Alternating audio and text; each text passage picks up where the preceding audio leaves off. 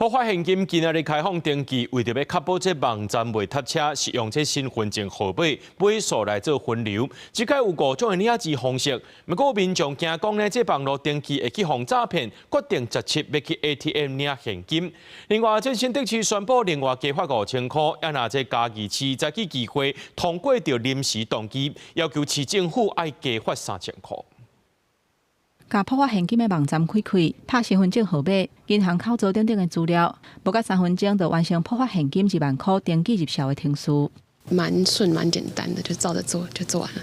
登记破发现金采分流的方式，头一天初5敢若开放身份证号码尾20甲1的民众会使登记，到下晡2点已经有超过60万人来登记。财政部增加编款，提早对系统做压力的测试，确保网络袂塞车。书发部在做规划设计，都有把它确定了都放大。对，这个破发现金领的方式，包括11类特定的族群免登记直接拨入去，其他的族群会当选择登记入销。ATM 领现金、邮局领现金，甲照明车发放5种，要若要安怎领，民众有无共看法？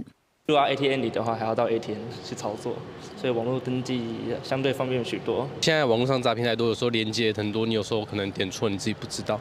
对，所以还是觉得直接实体到 ATM 去领会比较保险一点。破发1万块以外，嘛有其他的县市按算要加发，亲像嘉义市议会，初5透早就通过临时动议，要搁增加3000块。请市长这边呢，好好评估我今天这样子一个建议。我想以嘉义市政府的财政，我们是绝对允许来这样子普发3000块。我们会带回严厉再办理。我想我们会朝这一方向努力去做。嘉义市府答应讲会好好来研究，若嘉义的义德乡因为7月份丹那市风台来生断了真严重，双十连假都已经成本5000块。梅山乡嘛规划破发3000块，要互民众来纾困。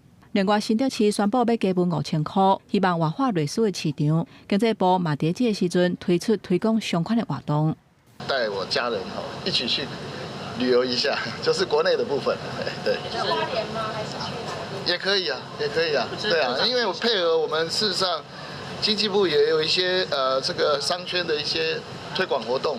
登记破发现金时间是真灵，财政部提醒民众。破发现金的官方网站干那一个尔，政府袂用简讯、寄批或者是敲电话方式通知领钱也是登记，嘛袂要求都要去转销。呼吁民众若是拄到来路不明的连结，千万唔通点入去，较袂去互骗大耳。